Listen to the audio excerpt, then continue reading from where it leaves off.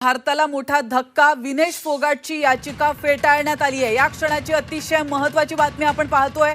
विनेश फोगाटची याचिका फेटाळण्यात आली आहे। क्रीडा लवादाचा विनेशला झटका, रौप्य पदक देण्यासाठी फोगाटने केली होती याचिका।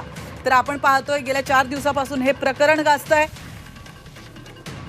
याविषयी अधिक माहिती देण्यासाठी राजू कासले आपल्यासोबत जोडले गेलेले आहेत। राजीव, भारताला मोठा धक्का मानला जातोय, विनेश फोगाटची याचिका फेटाळण्यात आली आहे।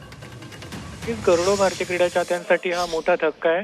भारतीय कुस्तीपटू विनेश फोगाटची याचिका court of arbitration for sports म्हणजेच क्रीडा लवादाने अमान्य केली आहे। खरं तर हा निकाल 11 ऑगस्टला म्हणजे पॅरिस ऑलिम्पिकच्या शेवटच्या दिवशी यायला हवा होता, पण क्रीडा लवादाने वेळ वाढवून घेतला आणि 13 ऑगस्टला 9:30 वाजता निकाल जाहीर होणार होता। पण आता आज निकाल जाहीर झालेला आहे। त्यानुसार आता निकाल जाहीर झाल्याने विनेश फोगाटला पदक मिळण्याची शेवटची आशाही संपली आहे।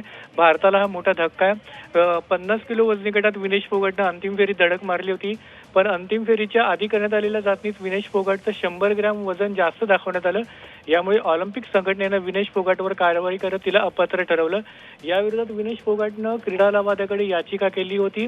त्यानुसार 3-4 दिवसात निकाल अपेक्षित होता, पण भारताला मोठा धक्का बसलेल्या विनेश फोगाटची याचिका फेटाळून लावली आहे। विनेशवर अन्याय झाल्याचं सर्व स्तरातून सूर उमटत होते।